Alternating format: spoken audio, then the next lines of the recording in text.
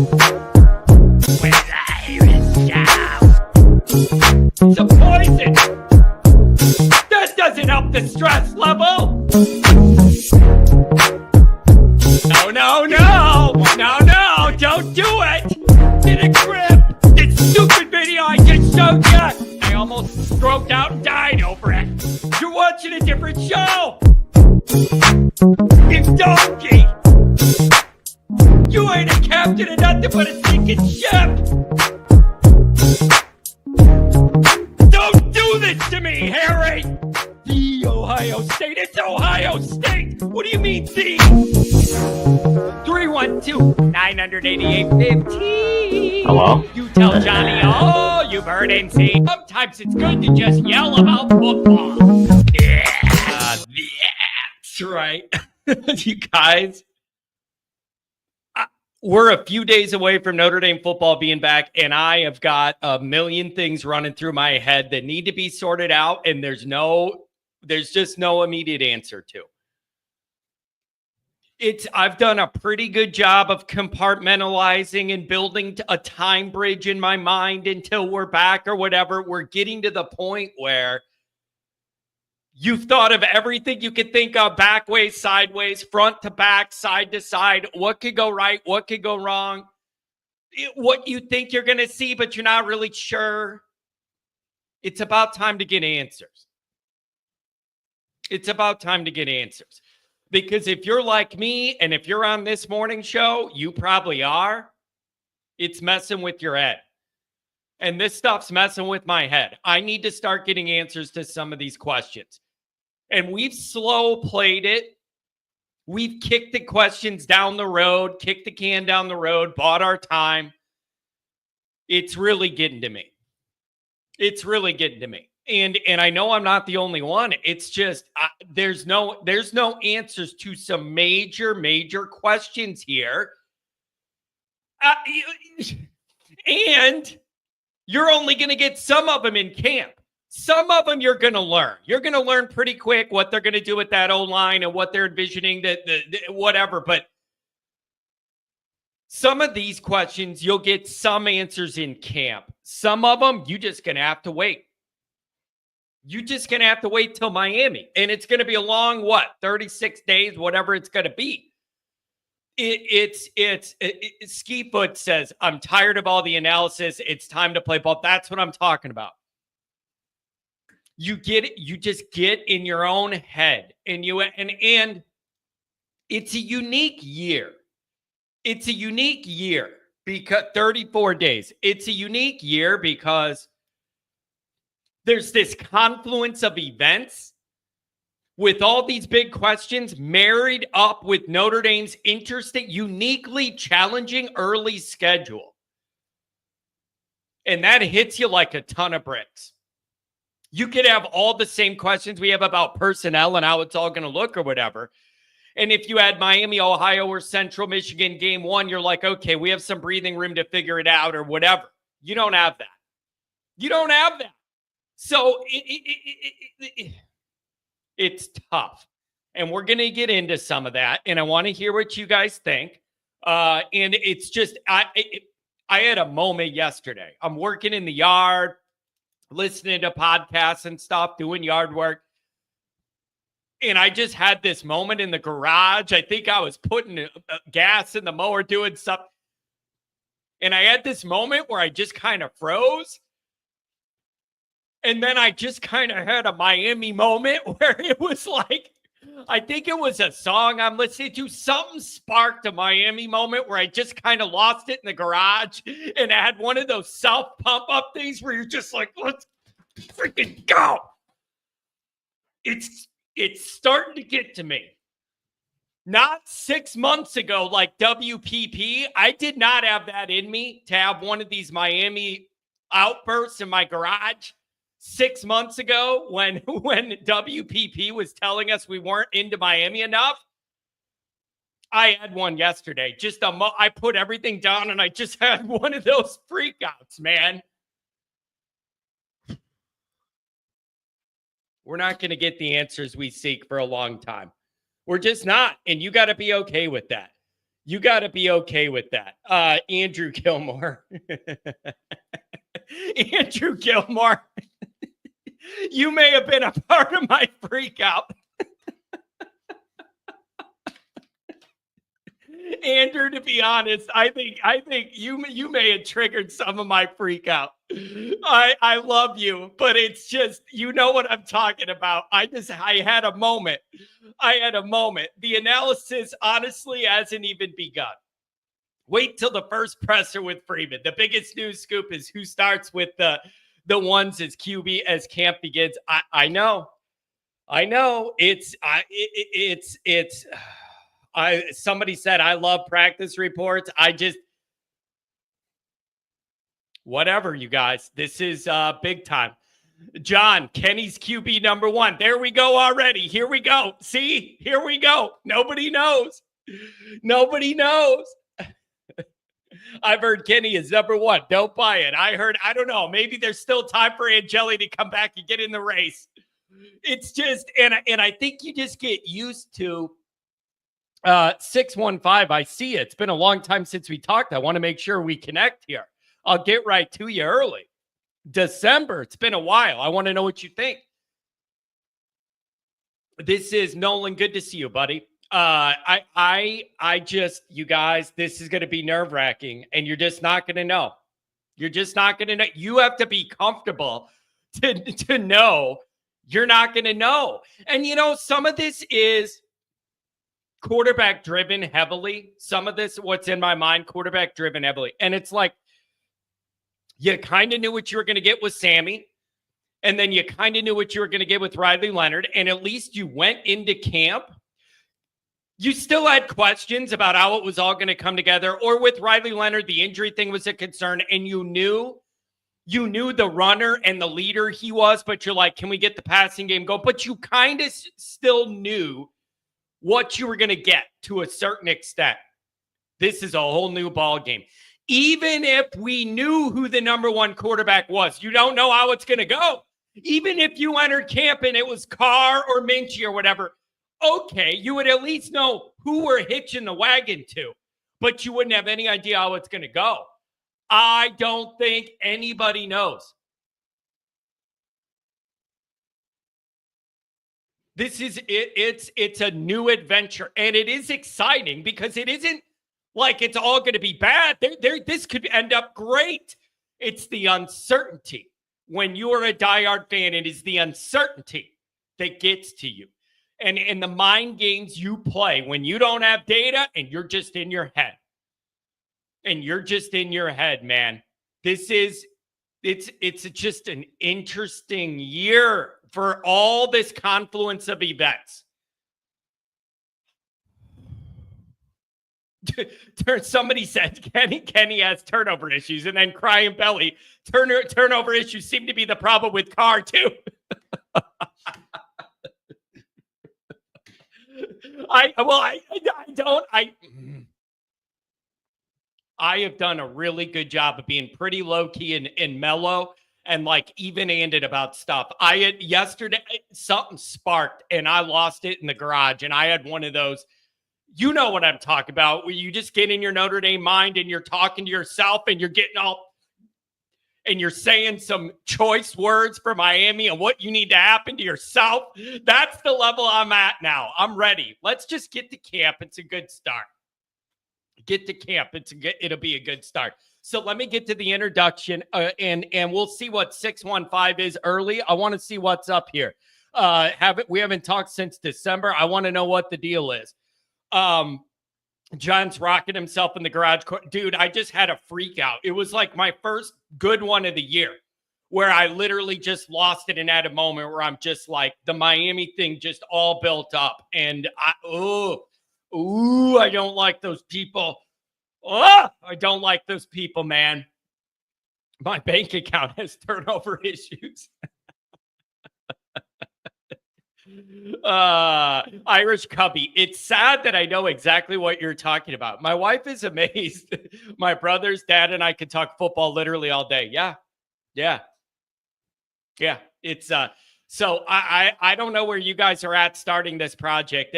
I don't think anybody's quite sure what to make of the quarterback thing, and that includes our media. I still do not think I don't think this is one of them things where behind the scenes, all the media guys know how it's going to go. And like, we're just setting this all up for camp. I genuinely think, I don't think any, I don't even know. I don't think the program, I don't think we know. I'd still probably put my money on Carr just based on whatever. Big questions. Not a lot of times figure it out. Eric, good to see you, buddy. As always, thanks for being here. You can find the program on YouTube. Do it. Subscribe if you haven't yet. Appreciate it very much. Give the video a thumbs up. That helps Yanni boy out as well. Notifications on that way. You know what it is. You don't miss nothing. Twitter, search bar, always Irish. Always Irish Inc. Emails, always irishnd@gmail.com. Audio only. Anywhere you want it, you can get it. The call-in lines. 312-900-8815. I'd like to say this. I genuinely appreciate everybody that joined Saturday night. That was a fun show. Saturday night shows have a life of their own. People are having a couple drinks. You never know what you're going to get. I really enjoyed the Saturday night show, other than when I lost power. Like, if you were like, John, when would maybe be the worst time for lightning to hit and knock your power out for a few minutes? The answer would be on a Saturday night show with a couple hundred viewers and Mike Goolsby on the air talking Notre Dame football. But that's life. I thought Ozzy Osbourne was striking me down, bro. Everything in my house flashed like a strobe light, and then everything went out. I'm like, what's the message being sent here? So I really appreciate everybody sticking with it, even though we lost power for a while. Luckily, it did come right back on after a couple minutes. So I appreciate people sticking around. I genuinely do. And so that's the call-in lines. Notre Dame on SI. Read all about it. I got stuff for you every day. Audio only. If you don't want to see my face, God bless you. I don't blame you for that. Like, I just can't. I don't blame you for that. Time for John to get a backup generator. Yeah, you got to do like all the hurricane people, man. Like my brother in Florida, he's got a generator, takes up half the garage. My man is prepared. Something hits there, he's going to be the only one with power in the neighborhood or something. So I don't know. Usually it's not that bad here, but there were severe storms all over. So usually we don't get the power knocked out. I don't know. Are the Miami fans going to attack the ND team buses again? They were rocking buses and broke the windows out. Yeah, it was. You could come to expect that behavior from them. I still contend that shouldn't make you lose the game before it started. In 17, that's the excuse I heard. I heard, oh, they threw a bottle of liquor and it broke on the window, and then we were too scared to play. Come on, man. Come on, man. You can't put anything past those people. And anybody going to the game, keep your head on a swivel. When you drink, listen, man, when you drink Everglades water growing up, man, it affects you different. So I don't trust these people. I don't. Goolsby bailing when John's power went out was wild. He was like, I didn't know what else to do, so I bailed too. It's all good. It's all good. Patreon.com/always Irish. Be there tonight on Monday Night Raw, people. We're doing the first annual Goolsby Awards. To start the season, we're doing the Goolsby Awards, where we have different topics. He gives out an award, and then we're going to see how it ends up matching up. Through the season. It's going to be really, really interesting. I can't wait. A good team over there. Myself, two Notre Damers, Jared Clark, Mike Goolsby, offense, defense, ND recruiting one, Jack Sullivan on the recruiting beat. It's a beautiful thing over there. So thank you guys.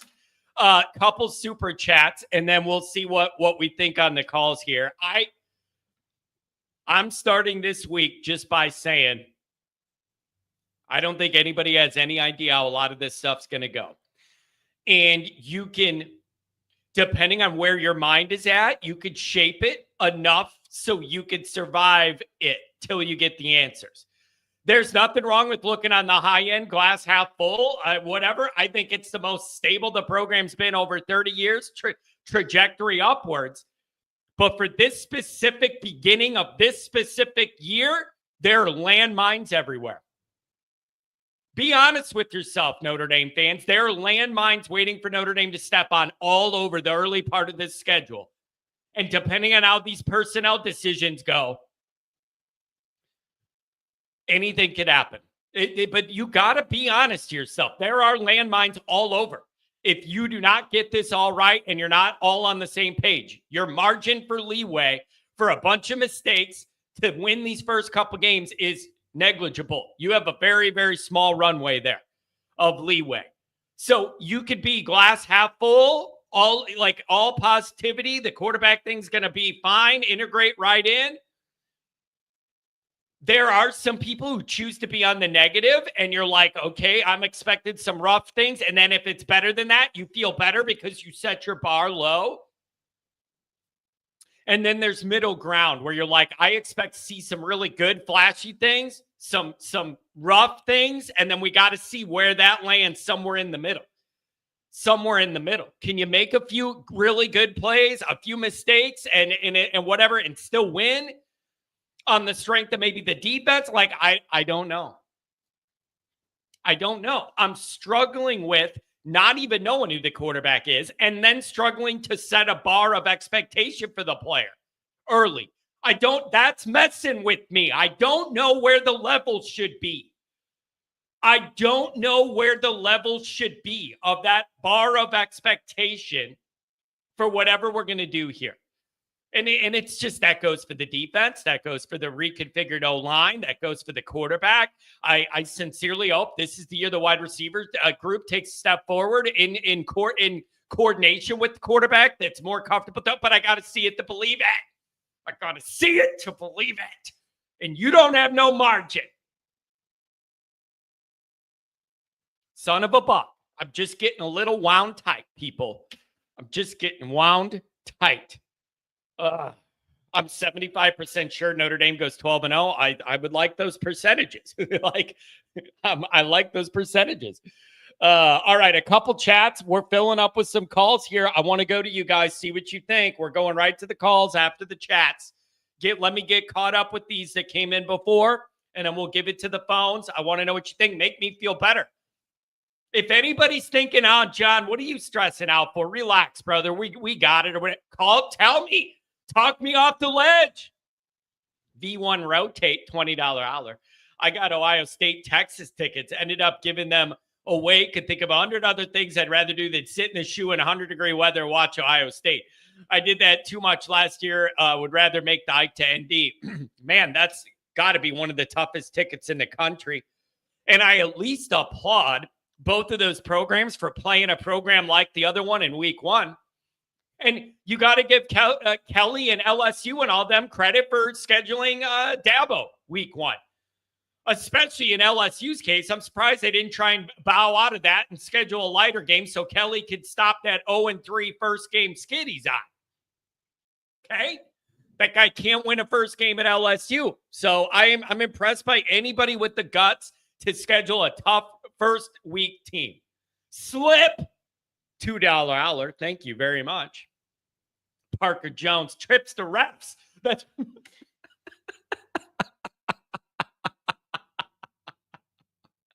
That's funny. That's a good reference. $5 hour. Notre Dame is winning at least one playoff game again. All right. We're skipping everything and going right to the playoff. I like it. I like hearing that. Yeah, I'll take that. A couple chats and we'll go right to the calls. 615 first. You've been on the hold the longest. Good morning, Always Irish Nation intro. It's 34 more days for ND football. How about them the dog days of summer are fading fast? It's like 100 degrees here. Mark with glasses. Monday Night Raw, get your popcorn ready. We're doing an award show, baby. The Dundies. 3 more ramps to camp. Let's get it going. It's Thursday, I believe. Is it Thursday? I think that's the day. Look at this. Hall of Fame game is on Thursday. The Lions and the Chargers. We get to watch a bunch of four-stringers play. Football's back. People just want to see it on their dang TV. Oh, the Dion thing. Is that a real deal? Is he stepping down with the medical stuff? I saw all this stuff about him needing to get a will. And he's having this announcement. If he steps down, all that momentum and everything Colorado has, it's just going to wither away.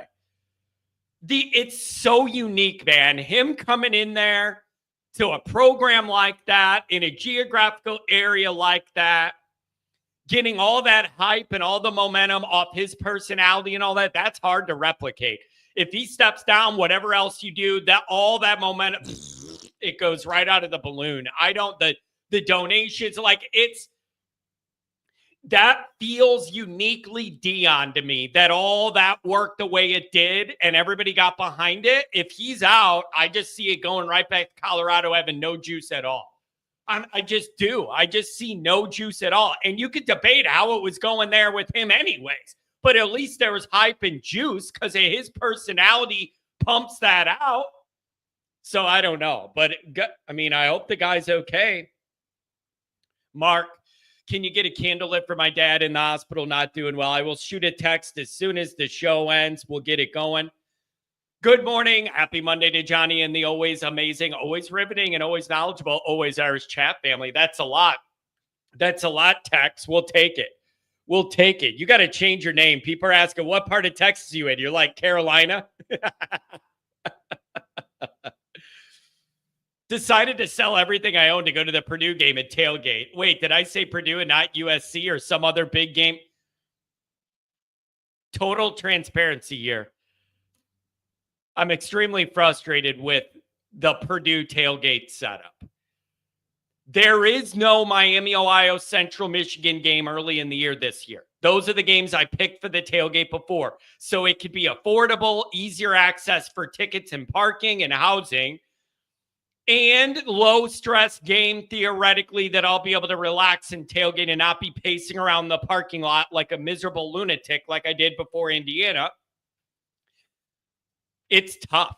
The tickets went quick. They're really, really pricey. I'm still trying to get all my parking stuff figured out. Anybody got a hookup on North Lot passes? I'm trying to load up as many as I can to get us a big space. I'm not asking for free. I'll buy them. They're just hard to even find. Very frustrating, man. I couldn't believe I logged in. Tickets in the top row are $220. See Notre Dame play Purdue. I get that they're a Big Ten team and an in-state team. It's Purdue, though. I was not expecting semi-premier pricing for Purdue. So a lot of people are not going to be able to make it, can't afford to bring the kids. There's not another good game for me. No other game's going to be cheaper than that one. So I'm very frustrated with it. And maybe this is the price you pay for success. Maybe when you're a playoff team and have all that momentum, this is just what it costs to go to any game. I'm just a little frustrated. So I don't know. Whatever, man. Do what you can do. Finishing my workout with some stranglehold. Yeah, that could be played at a football game when the defense got a team all backed up. That could be played. I used to work out to corn a lot. Yeah, freak on a leash, baby. That's what you are. Is this generational? Is this generational? I feel like every generation gets to an age where you're like, oh, this modern music sucks. Bring me back to what I grew up with. I swear to God, I think that's what it is. Like with my parents and the Beatles and the 70s rock and all this stuff. And then we grow up and you're like, yeah, I'd rather listen to what is this new age garbage? These kids these days don't know what good music is. Generational, I suspect. Only listen to Little John when you work out. I can see that now. Every time you do a rap, yeah. And then you do another one, okay. And then you do another one, yeah. What? Okay. I like that. Oh, that's funny. That's good stuff. Oh, that's funny. Back in my day, yeah, for right. Okay. Yeah.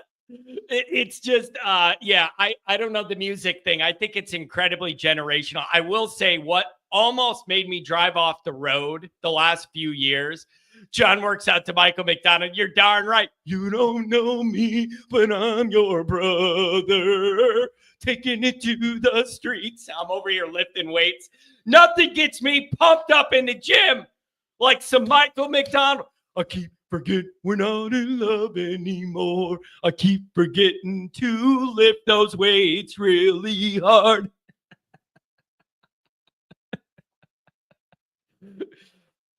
Here's what messed me up. the first time I'm driving around town and I got the classic rock Chicago radio. What is it? 97.1, whatever.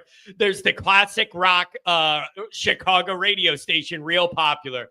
And I almost drove off the road when I started hearing Red Hot Chili Peppers and like Green Day on there. And I'm like, dude, am I really getting that old? Yeah, I'm getting that old, man. Chili Peppers started in the late 80s. Like, they're old. And like that, it's all, oh man, it's messed up. And don't even get me started on the hip hop side of it. That I don't listen to any of this new stuff at all. All my hip hop stuff's old. I'm sorry. I can't even understand what you are saying. How is that music? Even when you had gangster rap, I could understand what Snoop and Tupac were saying. I don't understand. It's like mumbling over a beat and then you get rich. Like, if you go back, man, even Snoop and Tupac and all that, I could understand the words they were saying. I can't even is it English? I can't understand it. It bothers me. 615, welcome to the show. It's been a long time. What's going on? It's been too long, brother. I'll tell you what. I've been working and going to school, and so I'm sitting here, and I'm like, man, I never get to call into the show. And I was coming in this morning, and I was like, I got that notification on YouTube, and I was like, I should call him and see what's going on. You know what, though? And, good for you, brother. Good for you, man. You're going to school, you're working, you're living a good life.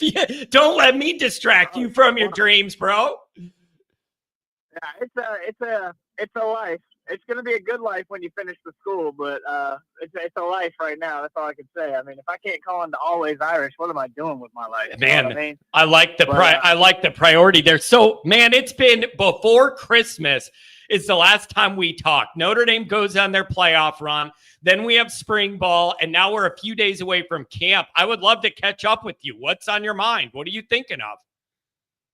Well, what's on my mind is, I think Notre Dame's going to go to that dump.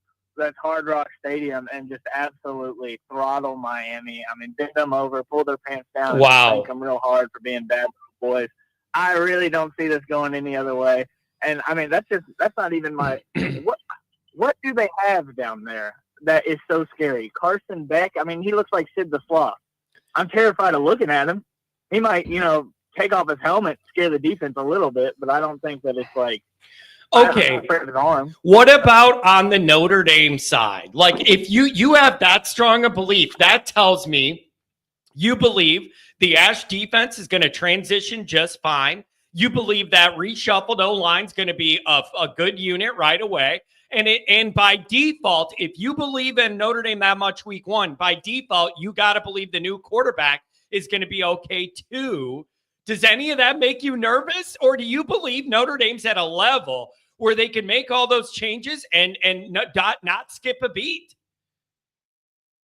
I am not worried in the slightest. Will there be hiccups? Yes, week one. But you got to think, we're not getting polished Miami. We're not getting week 7 Miami. They're not getting week 7 Notre Dame. There's going to be hiccups, of course. I mean, I remember, I was calling into the show this time last year, and everybody's stressing about Texas A&M. And I'm like, we'll see how it goes. I had more questions last year. Notre Dame went down there and beat them by double digits. Yeah, was the game pretty? No. But, I mean, it's Miami. I mean, that is the only time that dump will ever be filled this year is when Notre Dame comes to town. Yeah, it's frustrating. And, most of it will be Notre Dame fans.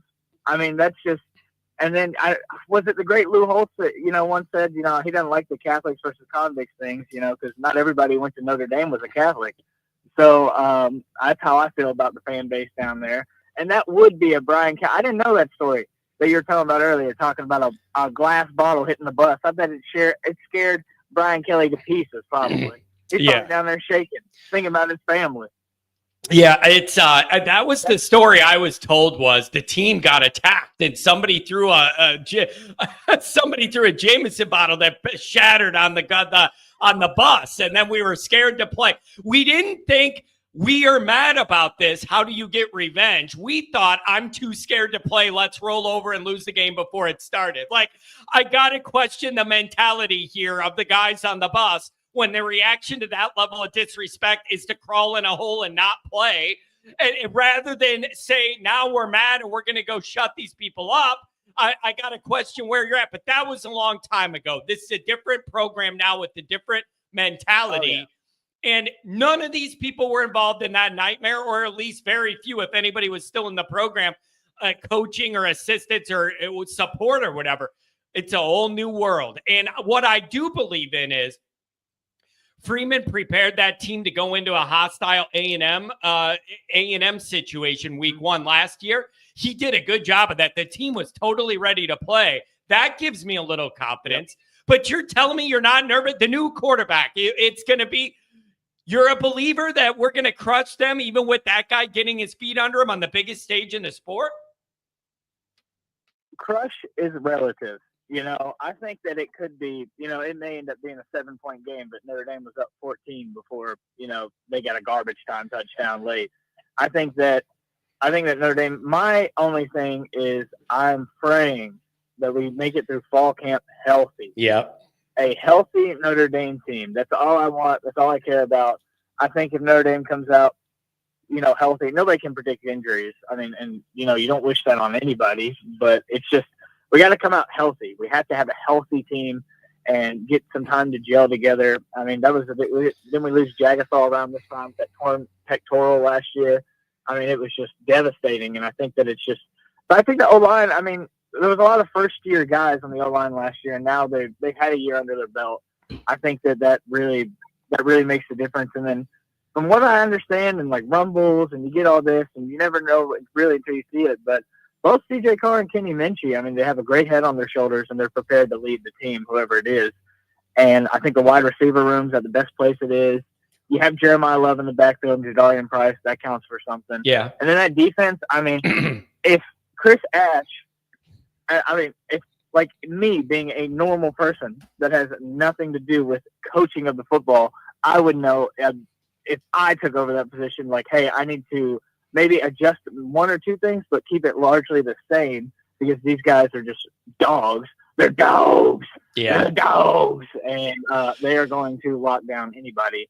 And I think this defense is going to be probably better than last year because it's just, they are ridiculously talented, and I think they're deeper in a lot of places. And I'm really keen on seeing how Leonard Moore kind of grows into that role because I'll tell you right now, in college football 26, he's a beast. Yeah. So if that's any indication. But my question marks if we lose 5 or 6 starters through fall camp, yeah, I'm going to have some question marks. But as of right now, I really don't. I mean, Miami ducked us last year. They were scared. They were absolutely scared. That's the first thing I would do is Marcus Freeman. I'd be like, they ducked us. They're scared of you. And they just don't respect you because they canceled the game on a whim. And then I know it had nothing to do with Mark. Nobody was there in 2017, but I would have that on repeat. I would definitely have that game from 2017 that look what happened last time we went down here. This is what they think of Notre Dame. So that's kind of my thing. Yeah, it is. Yep, I get it, man. And I could just see in my mind realistic scenarios where things go really smoothly and we're pleasantly surprised. It could go rough, or it could be somewhere in the middle with good or bad in these first 2 games. And it's just the uncertainty is going to drive me crazy till we see what we get. And then at least after Miami, you'll know the starting level of where this is all at, and you'll have a concept of where that quarterback's starting from or how the new defense looks. It's just the unknown of that is going to drive me crazy. So I don't know, man, but it's going to be really interesting. And this fall camp has a lot of meat on the bone. Like there's a lot to watch day to day, getting updates on who's playing where and what guys look like. It's going to be exciting, man. Hey, thanks for touching base. It's been like 6 or 7 months. Whatever, at least it's good to hear from you, brother. And good luck with the schooling and the job and all that. You're on the right path.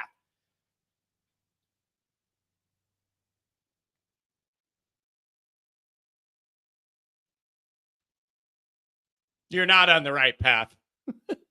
I don't know what happened. Let me make sure my phone's still on. I'm still connected. The guy, right when I said something good, he's like, nope, I'm out of here. Yeah, good talk. Tex ND. Let me be very clear about something. I'll say this for anybody out of state coming to these Notre Dame games. Let me be very clear. Tex ND on the secondary market for where I want to park. The tickets are literally it's like $400 and something just to park. You don't have to pay that to come to the tailgate though. Pay for the white lot that's like $40. Take the free shuttle that drops you off at Touchdown Jesus. Walk 2 minutes and you're at our tailgate. So I want to be very clear. Where I want to be, it is literally $400 now for a parking pass, which is that is really bugging me. That's extreme to me. So I'm going to need those to be in my area in the secondary market. I don't expect any of you guys to do that. Go to the white lot for like $40 or whatever. And then the bus will drop you off 2 minutes from the north lot right in front of Touchdown Jesus at the roundabout. And then you can walk over. So bring your little, whatever you want to carry. And then you got to bring a case of beer, whatever, and some chips. And then you're good. So, yeah, I don't expect any of you guys to pay that amount to go into. Yeah, I'm telling you, I logged on right when the single game tickets came available so I could try and get North Lot tickets parking at cost sold out. You go to the secondary market, it's literally $400 to park in the North Lot. It literally is $400 to park a car in a concrete lot. $400. It's unbelievable. It's unbelievable. What are you saying, BS, Adam? I've been looking at the market all weekend. Every secondary ticket thing I look, it's $400. If you can find better, send it to me and I'll buy a bunch right now.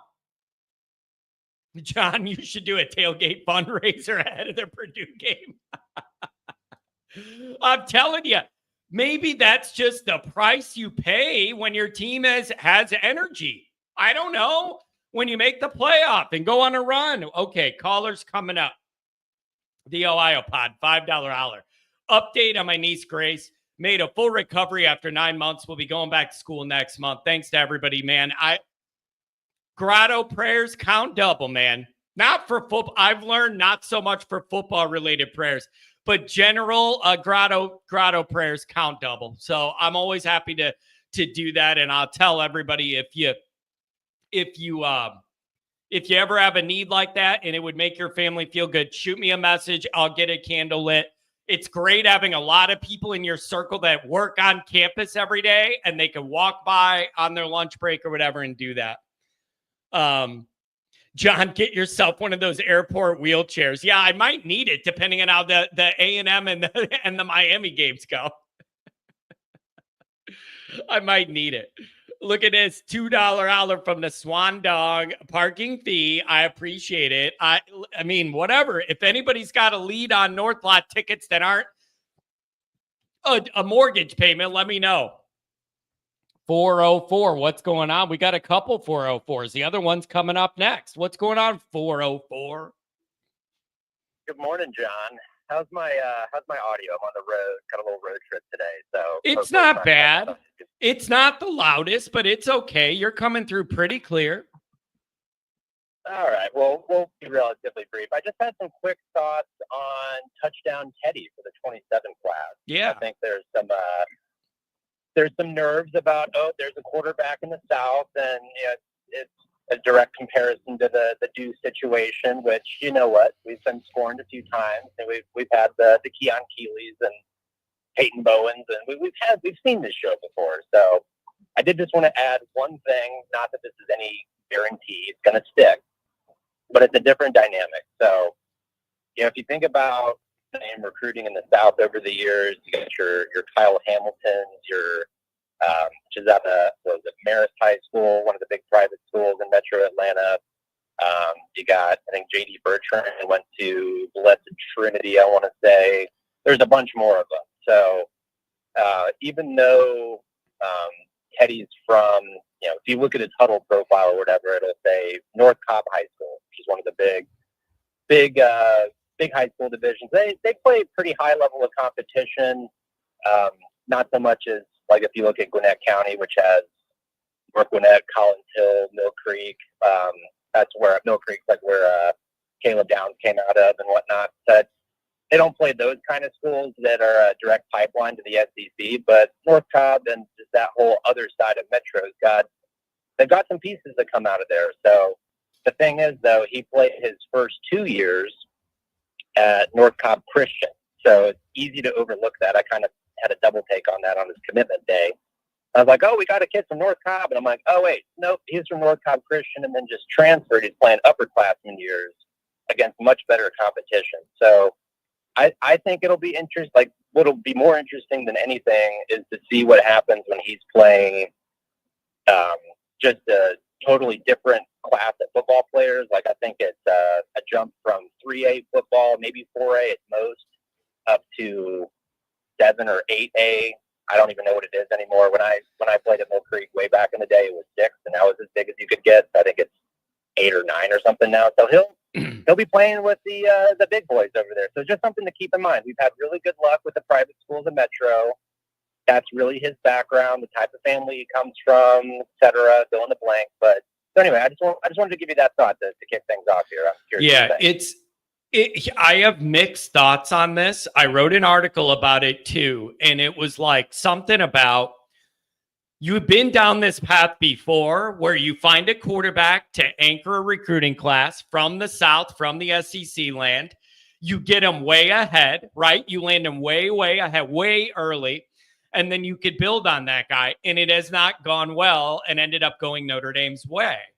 But also, I have an obligation to say all of these instances are unique and all these recruiting dynamics are unique. And it's a little irresponsible to be like, look what happened with Deuce. It's going to happen here again. Like, I think you got to be open to the idea that all these recruitment relationships are different and guys are looking for different things and have different comfort levels with things. And you hope you can hold on. So there's a lot of precedent there. But also, I'm open that this is a whole different thing, and the guy wants to be at Notre Dame, and he sticks. So I don't know. Yeah, and I don't know. I could see him being one of those, face of the franchise kind of players, and I think that's something that we kind of take for granted. Is the last few years what Marcus has done? I think has been very deliberate about making sure that whether it was Sam, whether it was Riley, that they represent the university, and I think that's attractive to players that, as cliche as it sounds, want to sort of build their brand, which a lot of kids care about these days. So I haven't looked at a bunch of his interviews or anything.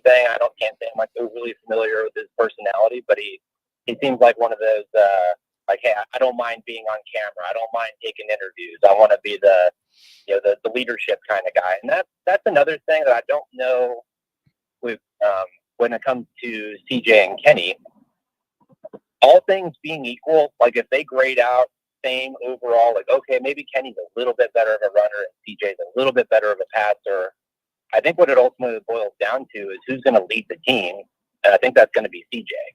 So I think they want those kind of guys to be coming in and to take charge of the group. So I could see if there's any kind of quarterback package, I would almost rather it be Tyler Buckner comes in to do some running plays. And, if we get into a situation like he did his freshman year, think about it, John, in 21 or whatever it was, we would have lost to Toledo and Virginia Tech more than likely if Buckner wasn't in to give some relief for Jack Cohn. Yeah. So I got a little tangent there. But anyway, I think we'll be in good shape with Touchdown Teddy. I think plenty of reason for optimism for this year. Do you before we get over the quarterback thing, do you think the Notre Dame staff has an idea of how this is going to go with who they want to be a starter, or are you one of the people that genuinely believes this is still an open competition for the beginning part of fall camp? Or do you think the staff kind of knows how it's going to go and then they're looking to affirm what they think the first week and a half? Or do you think that this is still an open competition? Because depending on who you ask in Notre Dame land, media and fans, you're going to get varying answers on this. What do you think the reality of that dynamic is in a couple days? I don't know. I guess I look at it this way. I think about which of those two players is more likely to be rattled in a key moment, and which of those two players has a theoretically better ability to calm a team down in the huddle. Like, let's say the defense put them in a bad spot, or they're backed up, and it's like, hey guys, we're down 7, chill out, kind of thing. As opposed to would we ever really have regarded Wimbush as much of a he was fun to watch with his running ability and everything, but would we have really regarded him as like a face of the franchise, like leadership kind of guy that could calm people down in a big moment? I think he kind of lost control of the team a few times. So I think they're looking at who can be the heartbeat of the team, and who can distribute the ball, because neither of those guys are athletic enough to take over the game with their legs with as much speed as Miami has. So they need somebody that can process decisions very quickly and get the ball into the hands of a Faison, a Greathouse, a Malachi, whoever it is, in one-on-one coverage. They need somebody to read and react and not overthink it. And I can see Kenny overthinking. That's interesting. Yeah, it's interesting. Do you think there is a possibility? How would you react if there are packages for both those guys week 1? Not splitting reps 50-50, one series this guy's in, the other series that guy's in. But maybe just having a specific package and having both guys get meaningful snaps against Miami. Do you think if you have two quarterbacks, you have none, or are you a believer that that's not a bad way to get things going and see how guys react to keep the defense off balance? Or are you doing too much and you're putting too much on these guys early? What do you make of that? I've seen that talked about. I don't know. I could see, because again, it's the first major start for either one of them. Either one of them, it would be the biggest game, biggest moment they've ever stepped into, whoever takes the field. So it could be very easily one of them running a little hot, or maybe gets they're scrambling out of bounds and they get popped and they need a few plays or something, and before they come back in. You have to prepare those package scenarios anyway, because you'd be foolish not to. So I could very easily see, the best case scenarios, we're up by 30 points, and it's like, all right, give reps to the next guy. As much as I want to think that's going to happen, I don't. Yeah. But, I don't, unless we really stall out. Unless there's just 4 drives in a row, you think there's 10 to 13 possessions per piece per team per game. Because you can't afford to stall out 4 or 5 drives in a row. So if we get to something like that, then yes, I think they're going to give it a go with the other side. But I think with all the guys we have at receiver, with Raridan being healthy, God willing, he stays healthy through camp, and the running backs, I just have a hard time seeing that stall out. So I don't think we'll see much of the second guy. I really don't. Yeah, that makes sense. And then what about the defensive side before I let you go? Do you believe there's a chance this defense could get better, a little more simplified, whatever? Or do you have anxiety to see how this whole thing's going to go under new leadership?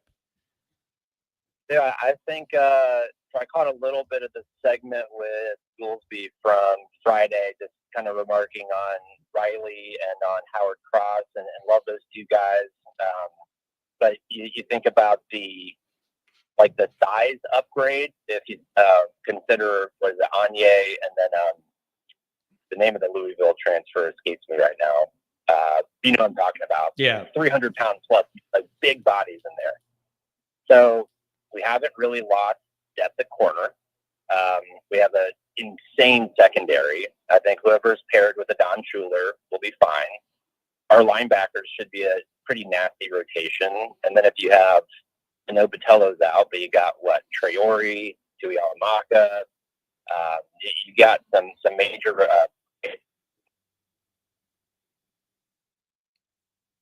can take a step forward, because it's easy to give Al Golden all the credit, and he deserves a key portion of it. But let's keep him. Freeman's back there really pulling string, so I expect there to be enough consistency where those guys show out. And as much as everybody's and it's a valid concern with the scar tissue of the 17 game with all the turnovers, let's keep in mind that we are playing a potential turnover machine in Carson Beck. So I'd be more apprehensive of being a Miami fan because, like you said, there's nobody from the 17 games anymore. But Carson Beck can be a turnover machine. We have the secondary and the defensive line to put that pressure on him to really rattle that dude. And he's only been playing since May, and he's coming off something similar to a Tommy John. Like that can't. Yeah. Like Riley Leonard was rocky a few weeks, so it is. It's interesting too. I've seen Beck get hot and go on a run, and I've seen something go bad, and then it keeps going bad. Like he runs to me on momentum, real hot or cold, assuming reasonable health. He runs hot or cold, like based on that. And like, so I don't know what you're going to get. And then, like you said, coming off the injury, it took Riley Leonard a while to get juiced up and back in the mix. So we'll see how it goes. Hey, man, really appreciate the call. Thanks for touching base on a Monday morning. Hey, can I just put one more thing out into the ether, kind of unrelated? Sure. Just one thing. We'll be long. Do you have any ability to get word over to somebody that conducts like all the crowd engagement? Not so much for like the cringy, the one that's like shrieking that the people are the fans that get going. But you think about, like, if you guys have ever been to away games at a Clemson or a Kyle Field or whatever, and like Penn State, they all have these chants that like light up the entire crowd. And then you go to a Notre Dame game, which I love doing, go to one every year, but then it's like, we are ND. That shit just drives me crazy, man. I just had to bitch about that real quick. Sorry. Excuse my language. But you know what, man? Anyway, suggestions you can. I do not like any of the we are because it's not unique. Everyone has a we are. Like on Twitter, it drives me crazy. On Twitter, everybody just writes we are above all their recruiting stuff or whatever. It's like, I don't even know what's the big deal about we are. Everybody could say we is. You just insert a different name. It means nothing. I don't like the we are. You got to be more creative than that. Just something. I don't know. You can practically take a nap in between the go Irish. It's like, can you get the whole stadium doing something for God's sake? So anyway, that's my last thing. Hey, I'll have a good one. Hey, have a good one, man. I'll tell you what you could get the whole stadium doing from now on. Drink it, baby. Right? Like, that's the other thing. Let's see how much more raucous the home environment is when people are able to keep that tailgate party going the whole game. And you know what you need to bring back? By the way, if we're making drinking a normal thing in the stadium and not just in the tailgate lots, if we're doing that, it's time to bring back Sergeant Tim McCarthy from the grave. Is there a reason they don't have that guy on recording telling you to not drink and drive and kill everybody going home? I'm just asking. Especially if we're bringing drinking into the stadium, it's time to find the tapes of McCarthy and have him saying nobody relishes a pickled driver. Like, it's time to bring the guy back. So you need to bring back the old tapes of that guy. Yeah, at least they play the Six Flags song. I'd like to have a strong word with the DJ. If you did it right, you could build momentum in that stadium a lot better based on some of those music choices. You really could. You'll need some strong smelling salts and a heater to bring him back. All you got to do, I know they have it all on tape. Oh, I've thought about, I could be a good Notre Dame DJ. Not on the mic because my voice is too harsh to be echoing through St. Joseph's County through the woods. But if you play the right music, you could really get that place popping. Yeah, they did a way better job in Indiana. Did you, John? John would play Get Low every third down. 404 coming up. Everybody else on hold too. If you did it right, you could pump that place up with some better music. You can't do the Six Flag polka techno. I don't know who thinks that's a good idea. I just don't know who thinks that's a good idea. It's really annoying. And But you notice for the Indiana game, they didn't have that girl screaming at you between every series. Like, they got serious about what they were doing. I have no complaints about the Indiana production. Can we get that quality all the time? Why do you, John would play Nothing But a G Thing. Can you imagine bumping Nothing But a G Thing through that old stadium? I love it. I absolutely love it. So I don't know, man. It is just, and somebody living on a prayer, dude. Like, how cliche are we going to be? Not a big Bon Jovi guy. Never have been. The music just doesn't hit me. Never been a Bon Jovi guy. I just can't. Bruce Springsteen. Never been a Springsteen guy.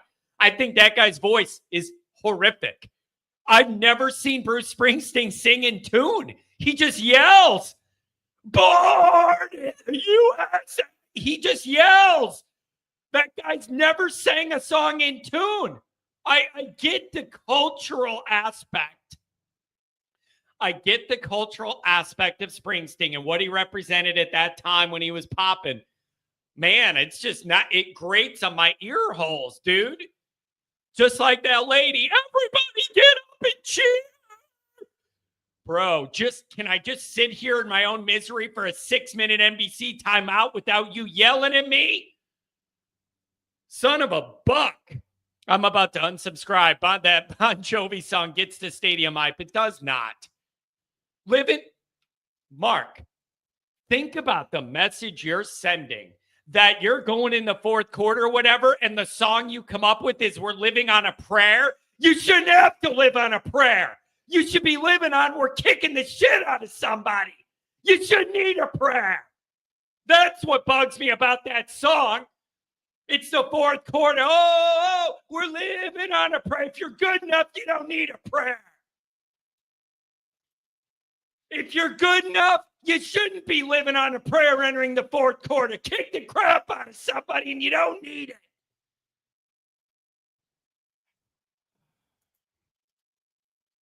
The things that make me yell will never stop amazing me.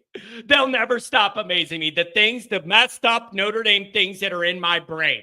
Living on a prayer has always bothered me because you shouldn't need a prayer to win.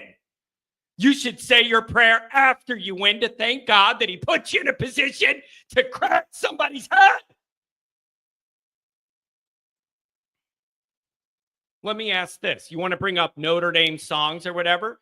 How do they not play 24 Karat Magic? How about that? There you go. I'm coming up with solutions. It's a modern song, more recent, with a really catchy, poppy, hip-hoppy dance beat. And it's called 24 Karat Magic. And when something good happens, you play it, and it's 24 Karat Magic in the air. How do you not just cue that up? Because of the copyright, you're telling me 24 Karat Magic is a copyright, but Bon Jovi doesn't? Come on. I'm just saying. I'm just saying, like, I'm just thinking of more modern ways that tie Notre Dame gold into it or whatever, man. That's all I'm saying. And the Ozzy thing, it got too much, though, man. It got too much. God bless him. I know he's gone now. It just got to be too much with the Ozzy. Too much with the Ozzy. They should not play Lizzo.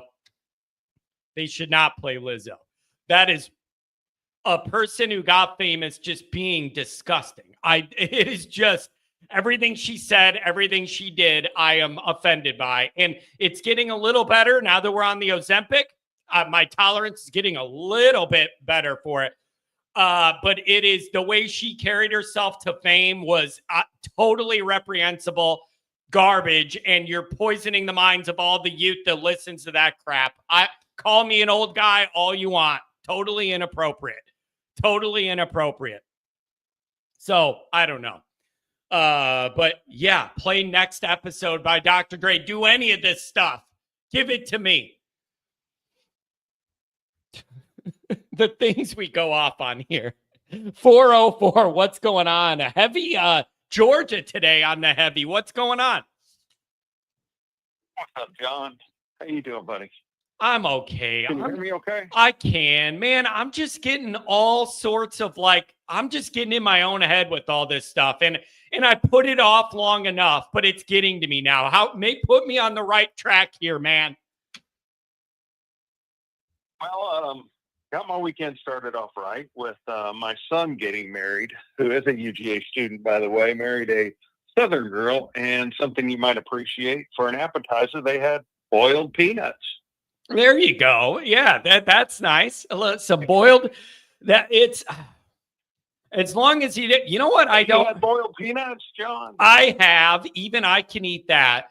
What messes me up is what messes me up is when I see all these YouTube shorts and stuff of people doing like crawfish boils and all that stuff way in the South. That's a little bit of a stretch for me. All them crawdads and all that stuff in a big pot. I'm a Northern boy. That scares me a little bit. I've never done that. Yeah, I'm not a boiled peanut fan. Not even a little bit. But anyway, I just wanted to give you a call before the season started. Typically, I'm a glass half full guy, but when it comes to sports and rooting for my sports teams, particularly Notre Dame, I'm always a glass half full guy. And I wanted to kind of take back. I was thinking about several things, and how are you feeling today compared to where we were 2 years ago before the season started with Hartman? I mean, the thing was, now we got a quarterback that can throw the ball, and they can't stack the line of scrimmage, and the same people saying the same stuff this year about these quarterbacks. Are we going to end up with the same result? Obviously, we got a better offensive coordinator in Denbrock. Receivers are still yet to be proven, even though I think Pauling's going to be a very, very surprising breakout. But the quarterback situation worries me. I think that's fair, man. I think it's fair. And that's not being negative. I'm trying to be as neutral as possible, not sunshine and rainbows. Everything's going to be good and perfect because I want it to be in my little Irish heart. But I am also not going, oh, my God, this is going to be an automatic nightmare because whoever the quarterback is going to be overwhelmed by the noise in Miami and then A&M speed the next game, whatever. I'm in neither of those camps. I'm trying to be very, very neutral and think about the ways this could go. And the range of outcomes is infinite, from really, really good, really, really bad to anywhere in the middle. You got to be honest as a Notre Dame fan. All of that's on the table. No one knows. And this is just a part of the process, man. This is a part of the process. And if you want a homegrown quarterback to hitch the wagon to for multiple seasons, it's got to start somewhere. And it just so happens it's at Miami and A&M. The third and short and fourth and short is concerning compared to where we were last year. And I know a lot of people think, we'll be able to throw the ball this year. And granted, I'm expecting Love to have an outstanding year, but boy, when those linebackers got to account for Riley Leonard's legs, holes, just a sliver for Jeremiah Love or Jadarian, and they're going. Yep. But without that threat, is that linebacker going to think a second? It's that is such a good, you know what, man? I'm really glad you brought this up. I personally feel like I started taking for granted what Riley Leonard was able to do with his legs, whether it be getting out of trouble and finding just escaping, getting sacked and then buying a little time, or if it's running and finding a lane and taking off. And then the short yardage stuff with his big body and how good he was at figuring out where he wanted to crash through the line. I took that for granted because it became such a regular thing. Those are some big game-changing moments. Third and short, fourth and short, red zone, going for it on fourth down on the 45 on your side of the field. You got to have an answer for that. Maybe Love's the answer. Maybe I don't know, but you're right for bringing it up. Yeah. Well, and I'm still not sold on the O-line. I saw something, and maybe I didn't read it correctly, but last year when we entered the playoffs with 12 teams, our O-line was 11th in quarterback pressures or pressures allowed. That's interesting. With Riley Leonard, it makes a ton of difference. But when you got Carr, and I'm not sold that Minchie is just head and shoulders better athlete as far as running than Carr. I think he's better, yes, but I'm not sold that he's just overwhelmingly better. Yeah, and I think Carr uses his legs differently, mm-hmm. By extending plays. I think that's Goolsby's talked about. Goolsby's talked about that too. Like Carr, I don't want us to get trapped in this thing of it's like Carr's the passing guy and then Kenny's the running guy. I do think maybe CJ Carr's overall athleticism gets undersold a little bit. What his capabilities are. But again, you got to see it to believe it. And and it all has to come together. That's the other thing, man. It's not just quarterback. It also has to do with the line. It also has to do with the wide receivers. The new defense has got to keep the score down to build you some margin there. Like, there's just a lot that has to come together, and I'm anxious till I see it. One thing, at least heading into Miami, that provides me some comfort is when I look at past Kelly teams, we would play Clemson or some of these big games, and there was always seemed to be a very pivotal play at the beginning of the game, and we would drop a pass that could have gone for 45 yards. Or we would do something dumb, and it seemed like the kids were just so freaking wound tight that they were afraid to make a mistake. And I was at ease last year, particularly when they played Georgia. They made a play out of the gate with a pass, and everybody looked like they were more concerned about making plays as opposed to making mistakes. Yeah, and I think that's one of the big reasons with Freeman that can help us push through this. But something that I haven't heard, and we heard a lot last year, is the weather. And I don't know what it's supposed to be like in Indiana, but I don't know if you remember last year before the A&M game, there was a huge heat wave that came through Indiana a week or two before that game. And then during the A&M game, they caught a break because there was a cold front that came through. And I'm not seeing anything. I know right now, at least in Georgia, it's a high of 97 with 75% humidity. I can only imagine what Miami is. Yep. You're absolutely right. Now, do you have a little confidence? Because, I mean, even though it was a little cooler, Notre Dame did a great job preparing for that. They were totally ready to play. They were the team with the energy in the fourth quarter that was going downhill on A&M, and they were out of gas and we weren't. And like, we were ready to start the game. Things were crisp. Emotionally, mentally, physically, they seemed pretty dialed in. That gives me a little confidence. I'm hoping you could replicate whatever that blend was, because you started off that big game in front of all of America pretty damn well, ready to play. Oh, it provides a hell of a lot more confidence than if we didn't. Yeah, that's for sure. Last year, so yeah, there is some confidence there. And of course, fans worry about so much stuff that the coaching staff in Lando already, have lined out in their process to get things ready. But it's going to be interesting, man. What are you looking for in camp? Is it the quarterback thing, like early in camp? What are you looking for? What's on your radar? Really, the quarterback, obviously, but that's everybody.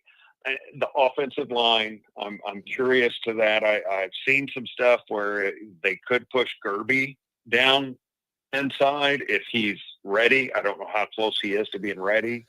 I've seen some things that Will Black's looking good, but they think he may still be a little bit of a way. But from what my understanding is, from what I've read, is they're not opposed to pushing Knapp inside if they can find someone for left tackle. So I'm interested to see that whole dynamic, because really it is 5 people working as one. I like Sullivan Asher, but I'm no O-line guy by any stretch of the imagination, and I'd be fooling you if I thought I was. Yeah. The defense is a concern, particularly the interior defense. I think Miami's supposed to have a top 10 offensive line. Yeah, they got some big boys. So, they got some beef up. They got some beef up front. And listen, Cross and Mills, you just got used to a lot of that production. Yeah, there were certain times they looked vulnerable, or Mills got lost on a play chasing the ball around behind him or something. But like overall, it's like you got used to that production. Are you going to be able to get that again right away? I don't know. Yeah. Well, personally, I think Cross last year was living off of his previous year because of injuries last year.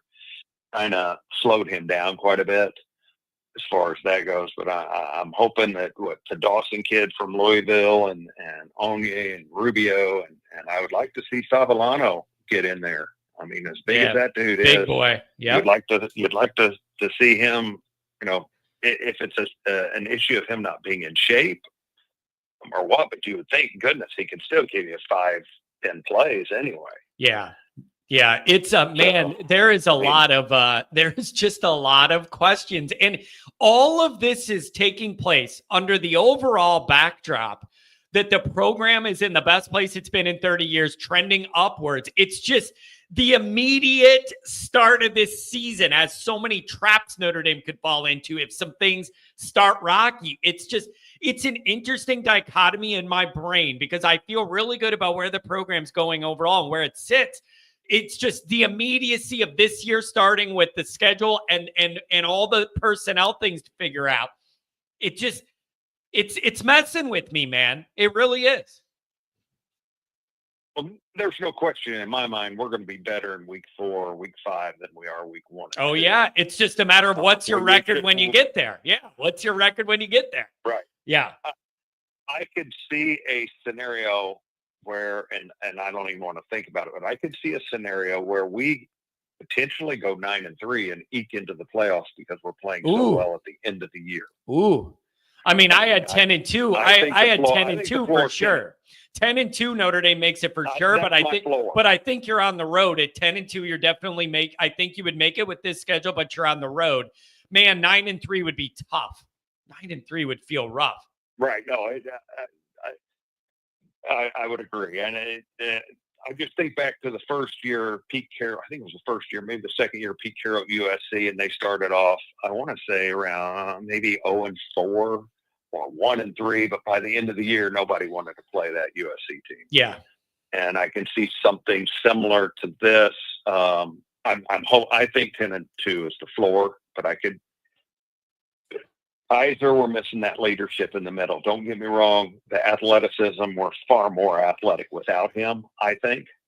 And Watt's missing that leadership in the secondary now. Yeah, you got Schuler. Yeah, we got Schuler, but we don't know how Schuler's going to react in the first or second game.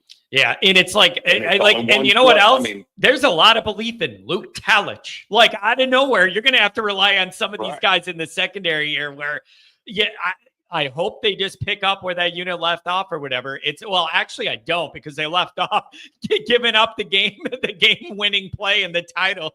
But you know what I'm saying? Like, I don't know, man. There's just a lot of moving parts, but I'm with you. I've said forever, I believe Notre Dame's going to be a really, really good team. How good and how early, though? Like, I believe by the end of the year, they're going to be a really good team. But how long does it take to get there? Because I kind of need it early. Absolutely. Well, I had seen an interview, I think, with Watts, and he had mentioned something to the effect that I not only have to get the defense lined out, but I have to anticipate that person might miss that tackle, and I got to be there. Yeah. You know what I mean? As opposed to attacking at the same time, he's got to take an angle that, hey, if this guy, I got to be, you know what I'm saying? It's the nuanced stuff and stuff that I've, way above my head. As far as that goes, as just being a fan. But I wanted to give you a call before the season started because I typically don't call during the season. How worried are you, John? I know you are. Yeah, I'm just, I Talk me down just a little. The best thing that I have going is that I believe this program's trending straight up and they got a lot of good coaches and they're doing a lot of things right. It's just, with this schedule combined with the personnel questions, if you're not careful, there are landmines early in the year that could really set back what you're trying to do. And I don't know how that's going to go. Maybe camp will make us feel better about that. Maybe we'll see things get put together and we'll feel good about it. But I just have a lot of questions I'm not going to get answers to. Really, really good call, man. Don't make it once this summer, man. Good call. Do it again. John, I appreciate it, buddy. Have a good Go one, buddy. Irish. Go Irish. How much time you got, buddy? How much time you got? People are putting in the music thing. It's really, really funny. That was a good call, by the way. It's really, really funny. Butts McCracken, Tex ND. I got a relative. He's a realtor, and his name is Barry McCracken, and he literally has billboards all over the Chicago suburbs, and it's him with a big smile and a mustache, and it says, call Barry McCracken. And my entire life, this has been funny to me. I just can't, Barry McCracken. I just can't handle it. And you drive down the road and there's Barry on a billboard, and it's Barry McCracken. I just can't handle it with that mustache, smiling, selling you your house, baby.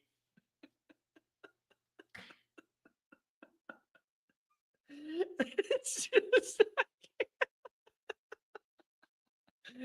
I thought that was funny when I was like 12, and now I'm 40, and I still think it's funny. I still think it's funny. I'm not kidding you, bro. Type it in. You'll find it.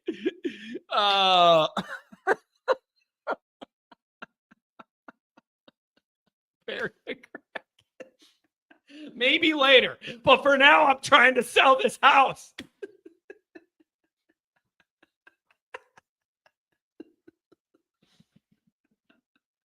I really need to grow up. But I don't think it's going to happen. You guys are cracking me up with the music suggestions. What did Mark with glasses said? Weird Al has some bangers. Yeah. And you know what? You're not far from Amish land. If you take some of them country roads out of South Bend, you run into Amish land. I've been spending most of my life living in an Amish paradise. You can honestly do, if it's a big third down and you want the guys to like totally get insane and go sack the quarterback or whatever, you could queue up Freak on a Leash at the right time where it really hits and make that work. And the idea is just you have a bunch of chained dogs on third down ready to get after the quarterback or whatever. You could do the Freak on a Leash, man. So I don't know. It's funny. Are there any Amish people? I haven't seen no horse and buggy in the tailgate lot. That's for damn sure. I haven't seen that yet. How do you park a horse? Does it not run away or something?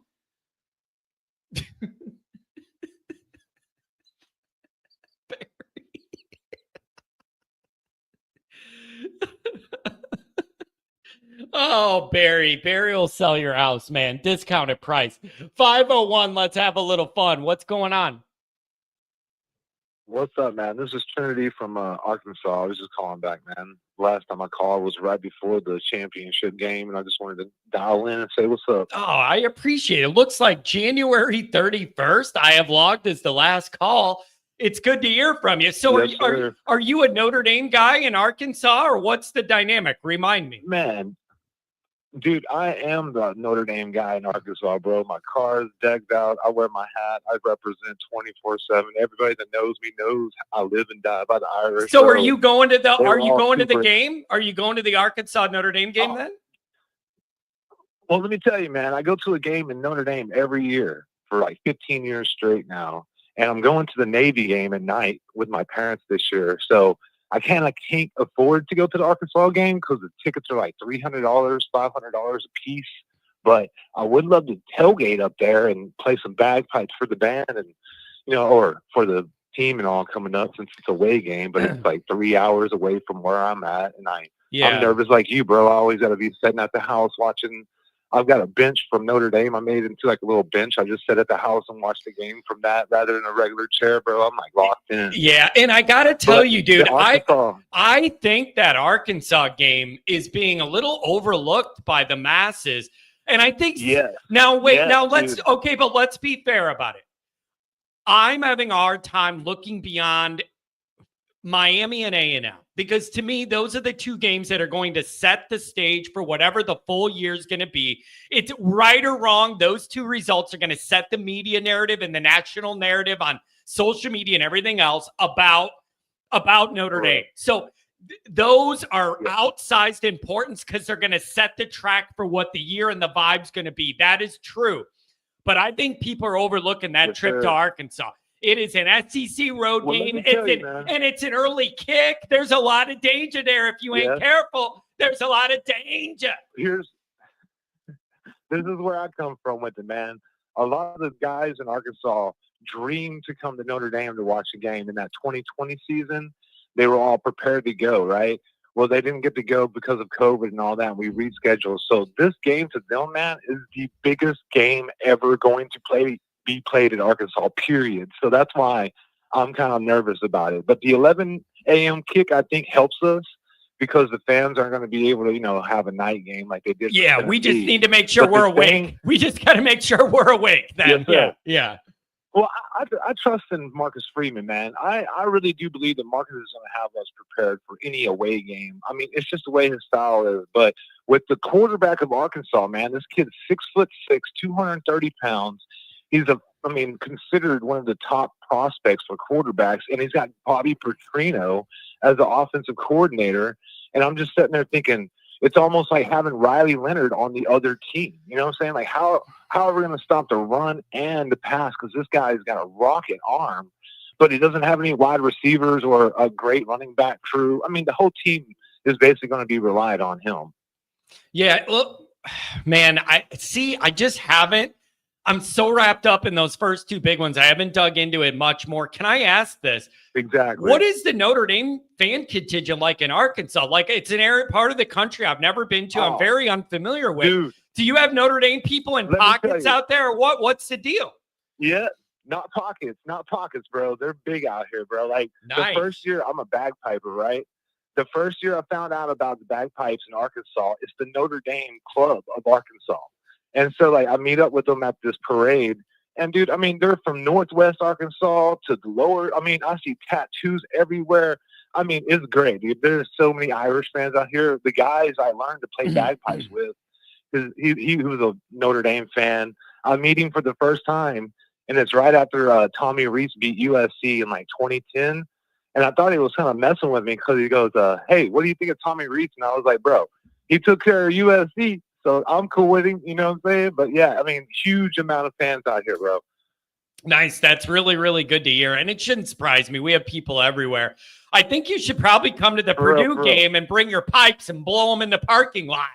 That's what I'm telling you. Sebastian. Should come on now. Show up and blow them pipes, yes, baby.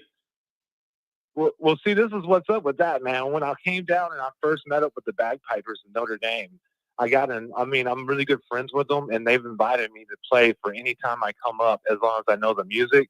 And last year I talked to Sebastian, the head, bagpiper, and bro, I'm going to try to bring my pipes out there this year and play with the band during the Navy game and the performance before that. And that, I mean, for me, man, that's all I can do anymore, man. That's like the most. Do you got the full outfit?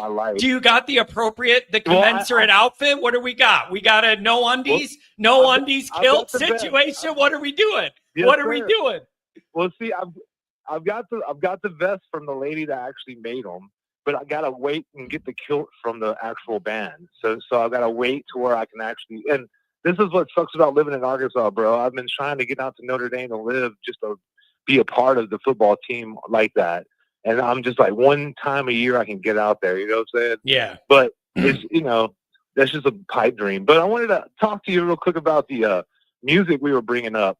For like 3-4 years, bro, I've had the perfect music for Notre Dame. And I love the intro for shipping out to Boston, but that Johnny Cash song, God's Gonna Cut You Down, bro, that would be the most ultimate Notre Dame song to have playing right before kickoff. I was thinking when you said Johnny Cash, I was thinking much more like from all the bad experiences. I hurt myself today. No. Nah, dude, we're talking about, we're going to cut you down, man. If you come in here, we're going to cut you down.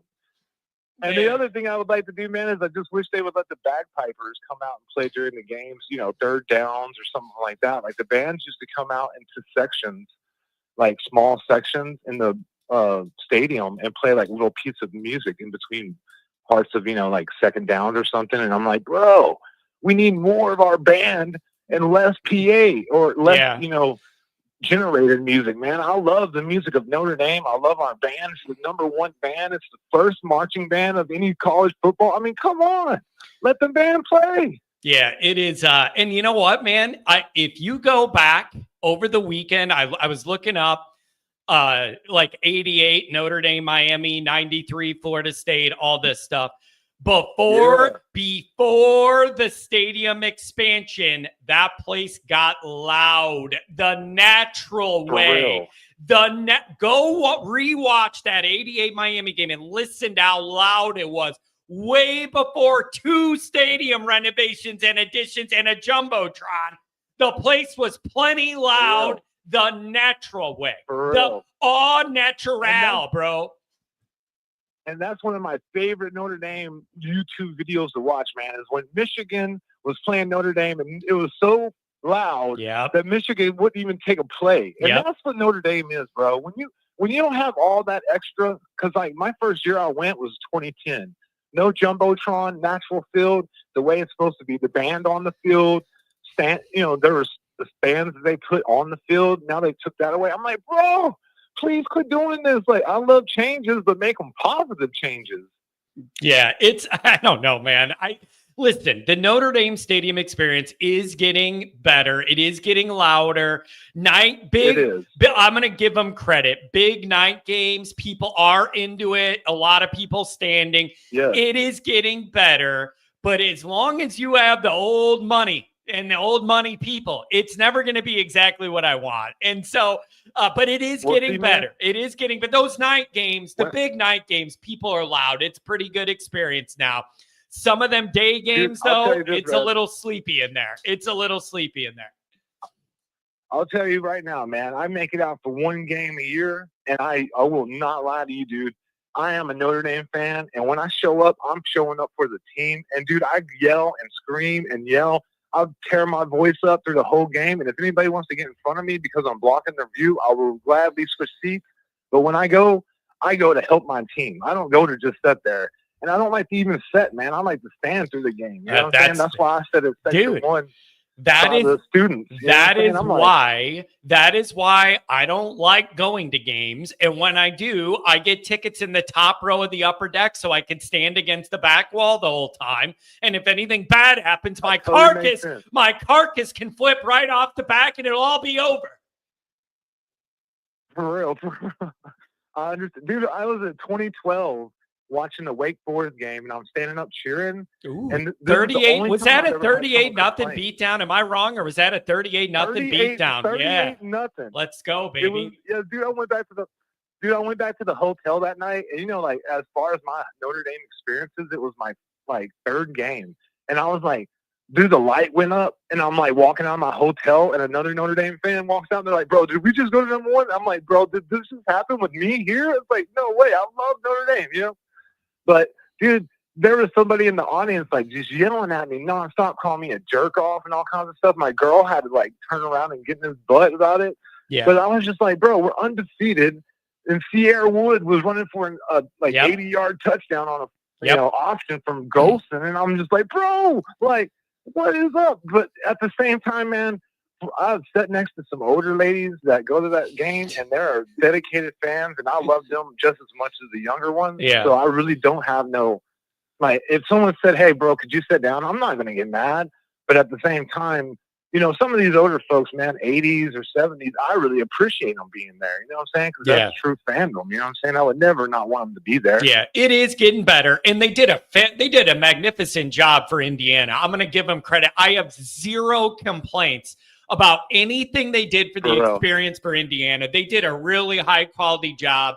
All of the interludes during TV timeouts were filled with something relevant and interesting and engaging. You didn't have that girl screaming at you. You didn't have DJ Mix-a-Lot on the sideline playing techno during the timeout.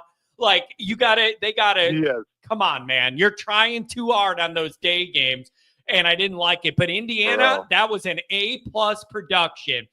And the other thing is, you did not have a lot of time to put together the program for Indiana because you don't know you're in that game till you know you're in that game. And then they put it all together pretty good. They did a really good job, and I'm going to give them credit on that. Oh, yeah.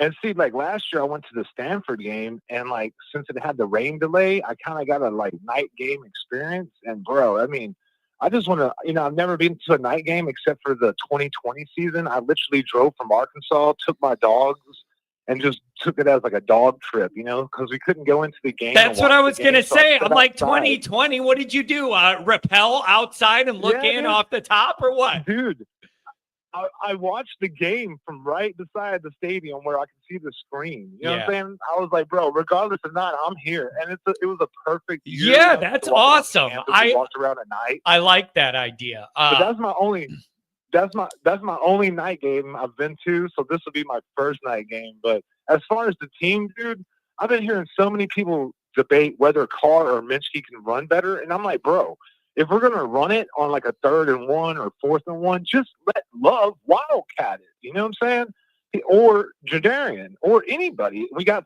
6 running backs that are all capable. I'm like, don't even worry about that. Just let them run the ball. I like that. Yeah, man. I like your energy. It's good knowing we have good representation even out your way, man. I just am unfamiliar with the area. Oh, bro. Oh, dude, yeah. I mean, I've been out here for so long, man, and like I said, dude, everywhere I go, I'm decked out in my ND gear, and no matter what, and everybody knows I'm all about it. It's just I can't move out there right now because of family, so I'm just stuck. But dude, I mean, your show is probably one of my favorite shows as far as like what you kicking off these call-ins and all of this, bro. I'm an October 9th born dude, and what are you, the 10th or something? Yep, I am the 10th. That's what I'm saying, dude. Right when I found out that, I was like, bro, no wonder John's like this, bro. I'm like right with you, bro. I'm as nervous as you can believe before games. Maybe it has something to do with it. Maybe it has something to do with it that our minds are all messed up or something. I don't know. I'm open to it. For real. But as far as the team this year, man, and I mean, Miami, Carson Beck, man, I mean, I've been watching some film on him, dude. He does have some decent throws, but I mean, I don't know how Miami's team looks around him, but as far as Texas A&M, man, they're going to be out for blood, and they're going to be coming into our stadium. So, I mean, out of the two, I think the Texas A&M game is going to be the harder game, but I think we're going to take care of both. I mean, it's hard to, like, even believe that we couldn't do it because, dude, running backs were locked. Quarterback is our only question. I mean, I know there's people out wondering about our whole line, but, bro, I mean, look at who we got. I mean, if we just keep following Marcus, it feels like we're on the right path. You know what I'm saying? To undefeated. Man, it's the thing is in my brain, it's like when you look at those first 2 games, it's like, well, if you beat Miami, I feel a lot better. You're going to beat A&M, and if you lose to Miami, I'm going to feel a lot worse about you beating A&M. Like the reality is, it's perfectly they could split them one or the other either way. But in my simpleton mind, it's like, well, if you win the first one, I think it's a lot more likely you win the second one. If you lose the first one, I have a lot more anxiety about the second one. Maybe that's oversimplified, or maybe it makes sense. I'm not sure which. No, it makes sense, man. And the other thing about the Miami game is everybody makes a big deal of going down to Miami. I understand that the 17 year was crazy, but we just won the Orange Bowl at the same stadium. Yeah. With Penn State having at least 60 to 40 fans. I mean, we done broke that. Now we can just go back into the stadium, like looking at it like it's just a regular game. Yep, that's a good call. Good call, man. You did just win in that environment, and so I don't know, man. This is going to be a really interesting camp and a really interesting start to the season, and we're going to be here to cover it all. You got to call in more, man. Don't be waiting 8 months or whatever. Come on.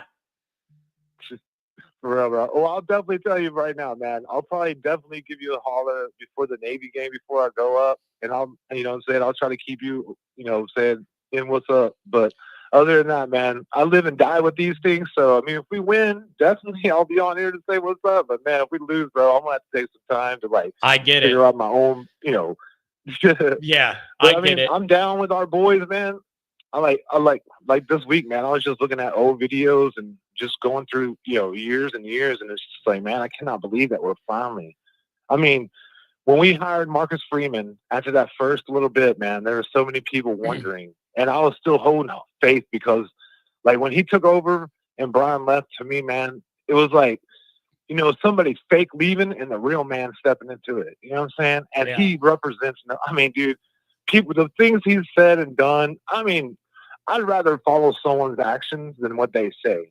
And Marcus Freeman, dude, I'd follow that dude into, you know, the gates of hell, bro. I mean, that dude, I swear to God, I mean, I don't see how anybody, and I mean, the roster we're building, bro, I mean, the roster for the next 3 to 4 years is looking better. I mean, I'm almost more excited to see the games in the next 2 years than I am. No, I'm like, bro, this is just a starting point. No.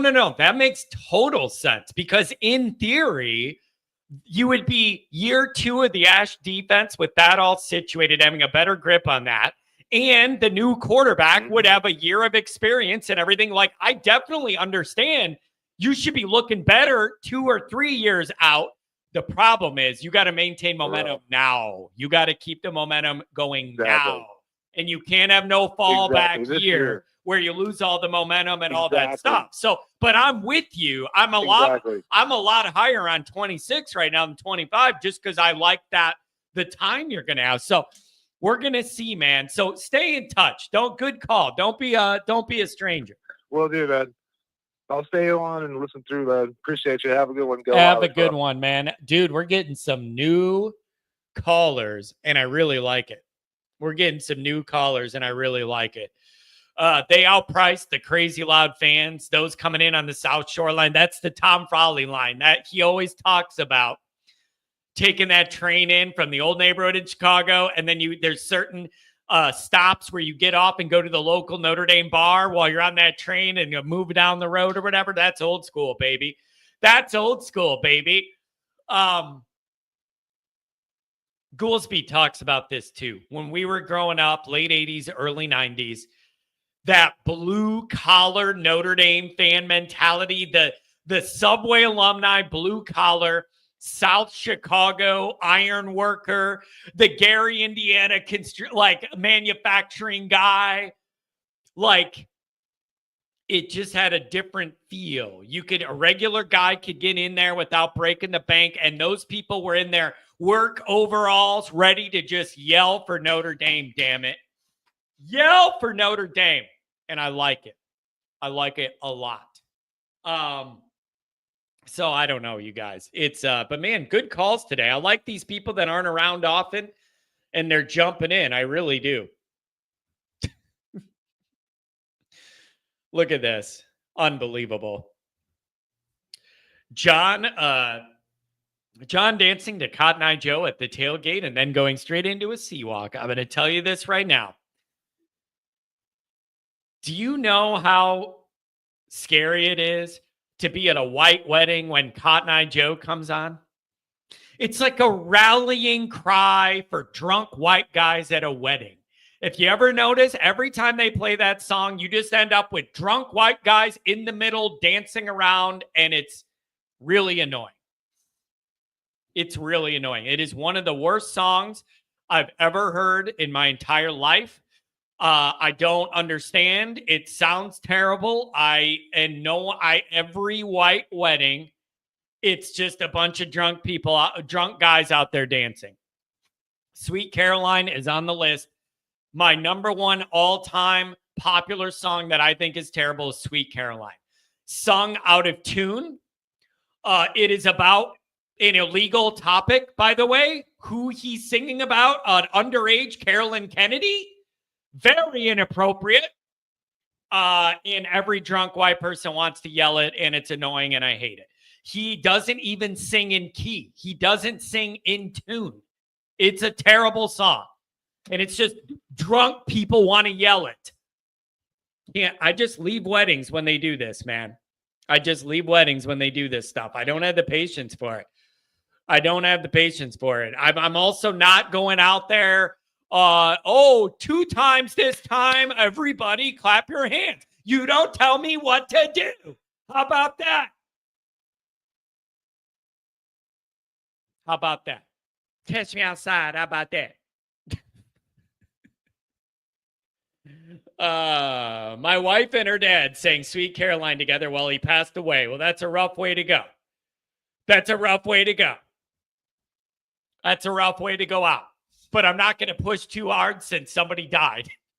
I'm not going to go too hard on that. Pat, there were our ulterior motives to me being out at the college bars till 1 a.m. There was ulterior motives there. It wasn't about the music. It wasn't about Notre Dame. We were after something different. Okay? That's different. John up there doing the chicken dance. Yeah, that's another one. Yeah, for sure. That's what I'm going to do. And then the one that really makes me roll my eyes is there's always some wedding DJ that thinks he's a genius. I know what I'm going to play at this wedding. We Are Family. Don't you get it? Don't you see how creative I am? There's two families coming together and you play We Are Family and I'm a genius DJ and everybody's 80-year-old aunts cracking a hip out there. We Are Family. Come on, man. You got to come up with something better than that.